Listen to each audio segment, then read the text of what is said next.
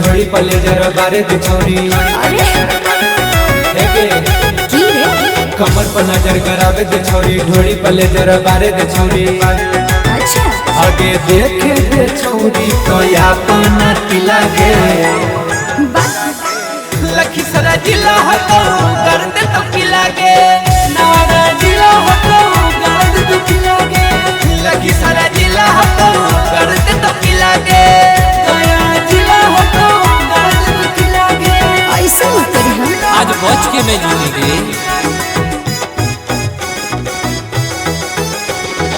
music by Shivam सुमन और 16 की उम्र हको करने में आगे ते मीता ते नहीं करे घुमाने के बच के ना जाए तू यहां से आज 16 की उम्र हको करने में आगे ते मीता ते नहीं करे घुमाने के और के रोने देखे दी बउआ अपन तिगरे नवादा जिला हको गर्द तो की लागे पटना जिला हको गर्द तो की लागे नवादा जिला हको गर्द तो की लागे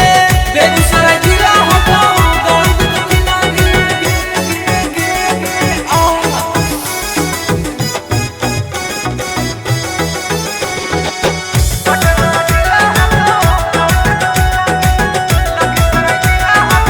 और ऐसे न कर छोड़ा तू रसलीला रे छुए ना ते भी तक कर दे बौढ़ी लागे कर दे बौढ़ी ला छोड़ी कर दे बौढ़ी लागे और ऐसे न कर छोड़ा तू रसलीला रे छुए ना ते भी तक कर दे बौढ़ी लागे कर दे बौढ़ी लागे और पंकज सन नाय तुझे मोरा किला रे